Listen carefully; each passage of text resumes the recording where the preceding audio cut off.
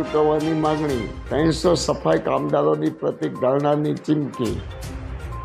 સુરેન્દ્રનગર નગરપાલિકાના 300 જેટલા સફાઈ કામદારોને વિવિધ પ્રશ્ને પરેશાની થઈ રહી છે. જે પ્રશ્નનું નિરાકરણ નહીં આવે તો તારીખ 15થી પ્રતિક ધારણાની ચીમકી અપાઈ. સુરેન્દ્રનગર દુધરેજ વઢવાણ સંયુક્ત નગરપાલિકાના 150 કાયમી કર્મચારી 300થી વધુ સફાઈ કામદારો સુરેન્દ્રનગર દુધરેજ નગરપાલિકામાં કામ કરી રહ્યા છે. તેમને વિવિધ પ્રશ્નોની સમસ્યા હોવાથી કર્મચારીઓ અને ગુજરાત રાજ્ય સેવક કર્મચારી સંઘે નગરપાલિકાના પ્રમુખ ચીફ ઓફિસર મદનીશ આયુક્તને નોટિસ આપી રજૂઆત કરી છે.